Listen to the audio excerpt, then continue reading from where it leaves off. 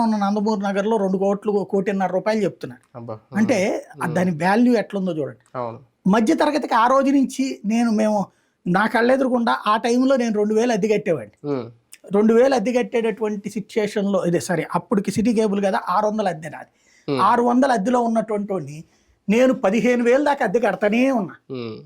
15,000 జెమినీలోకి వచ్చే టైంకి 15,000 అద్దె.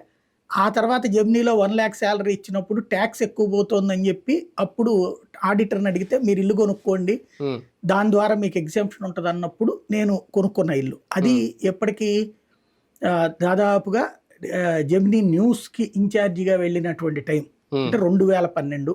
నేను నా ఉద్యోగంలోకి 94లో వస్తే 2012-13 సంవత్సరంలో ఇల్లు కొనగలిగా. అది కూడా ₹1,00,000 జీతం వచ్చింది కదా.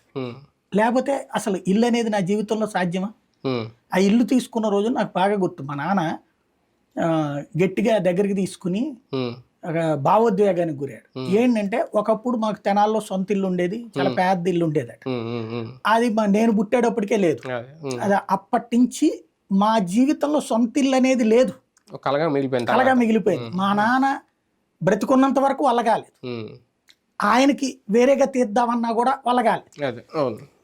నేను కొన్నప్పుడు ఆ రోజున అలాంటి భావోద్వేగానికి గురయ్యారు. అంటే ఒక సొంత ఇల్లు అనేటటువంటి విలువ నాకు ఆ రోజున అనిపించింది. అంటే మనం కొనాలి అనుకునే కోరిక వేరు. అప్పటికే అద్దెలు కొన్న ప్రతి చోట ఏదో ఒక రకమంది మంచినీళ్ళకి ఇబ్బంది పెడతారు, ఒకళ్ళు 4